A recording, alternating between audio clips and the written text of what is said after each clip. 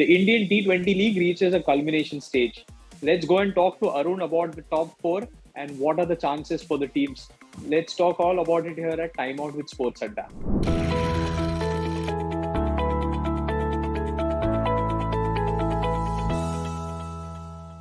Arun, top four, who are going to be your picks is going to be my question, but later in the show. Currently, what do you think about the league? It's turning out so well. We have top two new teams who are doing exceedingly well. But your first thoughts? It's been a season the way we didn't expect it. The way we didn't see it, Akhil. You spoke to pundits, you spoke to people around, the cricket fraternity, you spoke to fans before the season, immediately after the auction, and the general feeling was Chennai would do well, Mumbai would do well because they'd retained some of their players. But hey, look where they finished, and look who's at the top. I mean, after the auction, I did say Lucknow and Gujarat were making crorpatis, creating crorpatis, but hey, that formula has worked out well for them. Absolutely, it's been a great reward for the players as well as the coaching team for the new teams. And before we go and discuss all that we have to, there's so much happening in the cricketing world and the Indian T20 League. Like we do every time at Timeout with SportsAdda, we have a simple contest question coming up. And Arun, for this one, I think you should give a hint because while it's simple, it's also an interesting one. And like we always do, like people who listen into us get a chance to win some SportsAdda goodies. So all you have to do is go onto our YouTube channel, subscribe to our YouTube channel, like our video, and then put in your answers in the comment section. And some of you have won the goodies, so it will be nice to see some photos of you having the goodies on our social media. Okay, so and the contest question, Arun, for today is that there is one batter in this season of the Indian T20 League who's been dismissed for 99. So we want to know who that batter is. Quite a simple question, and Arun, your hint for today is? I can only say he's an opener in yellow. I can't give you a hint which is easier than this. Okay. Opener in yellow. Okay, Arun's favorite team, so he's gone like very generous with the hint here. Yeah, so that's our contest question. To participate, let us know what your answers are. All right, lovely. So Arun, what if I have to ask you as a pure cricket fan? Forget the stats part and forget the analysis that you do on TV on broadcast. But what is the one thing, if I had to ask you as a cricket fan, that has stayed with you this season? There's been so much happening, new captains, so much of boundary hitting, so many changes in the team composition. Coaches have come in, but maybe one thing, if you can tell us what has stayed with you. I mean, there's so much that stayed with me. I can recall the 117-meter six. Dhoni finishing off innings at the end. Fortunate to be at the ground. But the one thing I've really enjoyed, Akhil, this season is been the chat, is been the talk from all the captains. A lot of the captains. Think about KL Rahul. Think about Sanju Samson. Think about Hardik Pandya. They chat. They're very open when they come up to, at the toss, in the post-match presentation. That's something I've really enjoyed this season. I was speaking to Ian Bishop about this the other day, and we kind of seem to agree that, I don't know what it is, but a lot of the new captains don't seem to be carrying any baggage, any pressure. So they come and explain to you. They're more candid with the commentators in explaining why they've taken a certain decision. Sanju Samson particularly, Hardik Pandya particularly, these two have caught my eye. I've quite enjoyed their spirit in the way they answer. I was also surprised, happy when Shreyas Iyer actually said in the post-match, if you remember, he was asked about the frequent team changes, and he said that the CEO is also involved in the selection, and that caught a lot of people on social media with that made headlines. That made a lot of headlines, but I don't know what there was to be like. I'm not really surprised because yes, Venki Mysore, the CEO there, is an established person in the team. He's been with them for long, and he's also been instrumental in changing the tide for the team. So yeah, he accepts the responsibility and he's involved in the selection. I don't know why there was such a hue and cry. But here's the thing, Akhil. There's no hard and fast rule there's nothing written in print anywhere that, only X, Y, and Z can be part of the selection committee. It's Yeah, in the yeah, Indian cricket constitution. I'm sure it's in the constitution of Cricket Australia, ECB, cricket boards, yes. But as far as franchise cricket is concerned, I don't think it's yeah. written anywhere in print that, only the coach can be a selector, only the captain can be a selector. It's left to each franchisee to decide who needs to be part of the selection committee. And yeah, like you said, Shreyas Iyer revealed to the world that the CEO was part of the selection committee, and there's absolutely nothing wrong with it. I saw. You need brains. You need cricket brains. You need brains who understand the game, who understand the team to be part of the selection committee, and there's absolutely no questions about Venki Mysore's credentials. Absolutely, and plus, I mean, he has the results to show for that, Arun. I mean, he's won 2 titles with the team, successfully managed to create a fantastic combination with Gautam Gambhir as a captain, and then he created a nucleus of team around that. Plus, last year they reached the finals, so it's he's shown that even while creating a second team, a new team, they've managed to crack the formula. They might not have the best season this year, but hey, I mean, it happens with every team. But also, listen, Akhil, what happens is if you have only cricket people, and when I say cricket people, if you have only cricketers, former cricketers, coaches, at times you get influenced, pressurized by certain things. So having an outsider outside the cricket system, uh, Yeah. it probably adds value, adds a lot of value, adds a bit of sense, bit of calm, adds a bit of perspective that the cricketers might not be able to see. Yeah. Obviously, there will not be decisions where somebody who's not played cricket at the highest level will push at certain levels. I mean, there will be he will leave those decisions up to the coach or the captain who's on the field who's going to take the decisions. But I mean, it's every franchise's mandate on how they want to run the team. So yeah. But you're right. There was a lot of uproar on things when Shreyas said that in the interview. Unnecessary uproar, noise. That's what we are, Arun. Like cricket fans, we love to have discussions, and we love having that. Uh, Before we move on to the next topic, I wanted to tell you the thing that I have loved and watching during this IPL, during this Indian T20 league, is the amount of Indian fast bowlers and the resurgence that we've seen. Uh, the wickets have been very, very well prepared by all the curators. There has been something in it for the medium pace bowlers, and almost each team has unearthed promising quick bowlers.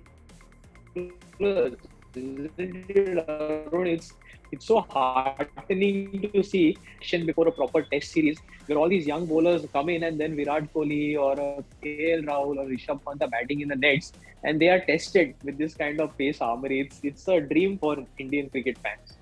It's outstanding. And MS Dhoni actually spoke about it. He spoke about how there were times when India didn't have fast bowlers, and suddenly there's this new crop of fast bowlers. It was very nice of Simon Dool to ask MS Dhoni that question, and MS Dhoni actually took time to explain, why it's such a good thing. He spoke about how India didn't have fast bowlers, now they have a crop. How certain fast bowlers just develop quickly, but certain fast bowlers take time. He spoke about the confidence level, how bowlers develop. It's also about knowing which ball to use at which point. It was an outstanding Q&A session between Simon Dool and MS Dhoni. Quite enjoyed. But the names I can just recall, Akhil: Yash Dayal, Mohsin Khan, Mukesh Chaudhary, Simarjeet Singh, Avesh Khan's played obviously, but Avesh Khan's again, he's taken his game up several notches. So several new fast bowlers, really, really exciting. Absolutely, great times for Indian fast bowling, and more and more. I was just thinking about how the teams are going to evolve around going forward. Obviously, in a few years, the T20 league will want to have more teams coming in. But if these 10 teams can just they can produce say 5, 5, 6, 6 fast bowlers who can be with the team for the year and who can be supported by the team, where they're not they don't there's no other story where an ex Kapil Dev has to not have a balanced diet from the team management. That should never happen with these kind of support systems coming in. So it's really heartening to see. Imagine the kind of talent that these franchisees can leave for Team India, where if each franchisee finds 2 good fast bowlers, and 8 of the 10 franchisees find, then we have a bunch of 15, 16 fast bowlers, out of which the selectors just have to say that, come on guys, you have to be fresh and come and just bowl quick now. Absolutely right, Akhil. That's what it does to international cricket. That's what it helps Indian cricket. But here's another thing I want to say. I mean, while we're speaking about fast bowlers who are actually playing, what the Indian T20 League has done and what the franchisees have done is they've also got net bowlers, Akhil. Now, we don't often talk about net bowlers, but look at how many players come in as net bowlers and then quickly catch on to becoming proper players. Umran Malik, a case in point. I can't think of a player who's bigger, who's had a better impact than Umran Malik. I mean, there was Aniket Chowdhury. There are many such bowlers, but credit to the Indian T20 League, credit to BCCI and their franchisees for at times you can say you're carrying a team of 25. Why do you need net bowlers? But to allow net bowlers and to you're working with the best, Akhil, and you couldn't have a better school, better education than being a net bowler. Absolutely, and the wealth of knowledge that you get from the coaches, the bowling coaches who are around, who played cricket, who tutored cricket. I mean, imagine a Bharat Arun who's had such a successful run for the last 7 years with the Indian cricket team. He's worked with the best. He's worked with Bumrah. He's worked with Shami, and now he's there with the Kolkata team. Imagine the kind of knowledge that the young pace bowlers from the team would be having, just having conversations with him, learning stuff. So Just it's a quickly great finishing chance. off, before we finish off on the circle, just look at the names. You mentioned Bharat Arun. Look at the other names. There's Zahir Khan in Mumbai, right? Yeah. There's Dale Steyn, Hyderabad. There's Ashish Nehra in Gujarat. There's so many such names. People who actually done it, who achieved it. That's the critical thing. People who have credentials which are unquestionable. That's the beauty and credit to the BCCI and the franchisees for those signings. Absolutely. So great times for Indian fast bowlers. Also, Arun, now I have one more thing for you. You're a stats person and you're day in and day out working on stats. But maybe if I have to ask you and say that if there is any one stat or any one performance, and you're not allowed to say MS Dhoni finishing with the six. Okay, we all know that would be your top. But if there is one stat or one performance that you would say that has stayed with you and which has been your highlight so far in this T20 league, which one would that be? And there are still matches to go, but I'm just preempting this question. So far, Akhil, I'll give you two numbers, really two numbers. Sure. That's really kind of made me sit back and say, wow. One is I was there in Mumbai when Bumrah picked up that fifer, and being a stats person, I'm saying this. We laid too much emphasis, too much importance on 5-wicket hauls, 10-wicket hauls, hundreds, 50s. All that is absolute nonsense, right? Bumrah is one of the biggest match winners. Yet remember, he was a match winner without a 5-wicket haul. Yeah. So that first fifer, when he took that, we sat back and said, wow, this is his first fifer.